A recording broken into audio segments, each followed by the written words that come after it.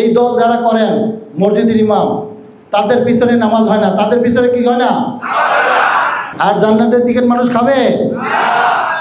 যারা জান্নাতের টিকিট বিক্রি করে তারা হলো মুনাফিক। আমি পার্লামেন্টে বলেছিলাম, তারা কি? তারা আল্লাহর সাথে গাদ্দারি করে। কার সাথে? আমি কোরআন এবং হাদিস দিয়ে, কোরআনের আয়াত দিয়ে পার্লামেন্টে বলেছি, তারা হলো গাদ্দার। তারা কি? ধরেন আমি তারেক রহমানের লাগে গাদ্দারি করলাম, তাহলে আমি ক্ষমা পাওয়ার সুযোগ আছে না নাই? আল্লাহর কাছে ক্ষমা চাওয়ার সুযোগ আছে না নাই? কিন্তু আল্লাহর সাথে যদি আমি গাদ্দারি করি, কোনো ক্ষমা পাওয়ার কোনো সুযোগ আছে? ওই দল, আমি এতদিন বলি নাই, যে সমস্ত দলের, এই দল যারা করেন মসজিদের ইমাম, তাদের পিছনে নামাজ হয় না, তাদের পিছনে কি হয় না? আমি কিন্তু টিভিতে বলতেছি কিন্তু কথাটা, কোথায় বলতেছি? আমার এটা কিন্তু টিভিতে নিউজ কাস্টিং হবে।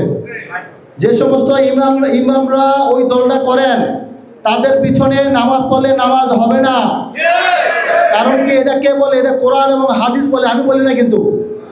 কারণ কি? একজন মুনাফিক হবে, মুনাফিকের স্থান আল্লাহ দিছে জাহান্নামের সর্বশেষ স্থান, কাফেরের নিচে। কোথায়?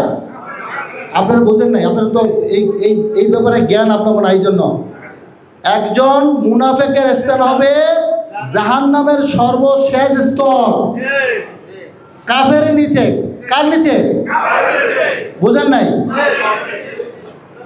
হাসরের মাঠে কাফেররা বিনা হিসাবে জাহান্নামে যাবে। কোথায় যাবে? কিন্তু এই মুনাফিকদের স্থান হবে ওই জাহান্নামীদের নিচের জাহান্নাম। নাউজুবিল্লাহ। তাইলে যদি কোনো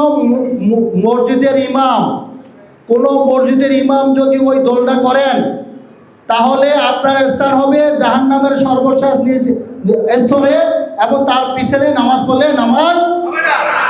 আমি কিন্তু পৃথিবীর সব আলেমরা আমার কথাটা শুনবে, কিন্তু মনে রেখেন। ঈদ আসবে, সাথে ক্যাশব্যাকও আসবে। নিজের বা প্রিয়জনের জন্য কেনাকাটায় এবারও নগদ পেমেন্টে পাচ্ছেন দারুণ ক্যাশব্যাক। তাই যাই কিনুন, পেমেন্ট করুন নগদে। আমি কিন্তু বলছি, আমি যে কথাটা বলছি, এই যে গুশারাটের এই অডিটোরিয়াম, এটা কিন্তু মিডিয়াতে যাচ্ছে। সারা পৃথিবীর যত আলেম আছে সকল আলেম কিন্তু এটা শুনবে, এবং তারা কিন্তু, আমি যদি মিথ্যা হই তাহলে কি মিথ্যা প্রমাণিত করবে না? করবে না? তা আমি জেনে শুনে কি এই কথাটা বলবো? আমি আপনাদের কাছে আজকে চ্যালেঞ্জ করে বলছি, চ্যালেঞ্জ, ওই দলটা যে করবেন, আমি বারবার রিপিট করতেছি, ওই দলটা যারা করবেন, যারা কোরআন নিয়ে দুনিয়া কামাইতে চান।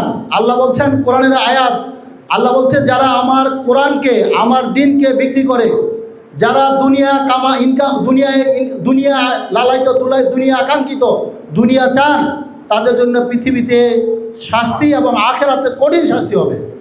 এটা কার আয়াত? কোরআনের আয়াত।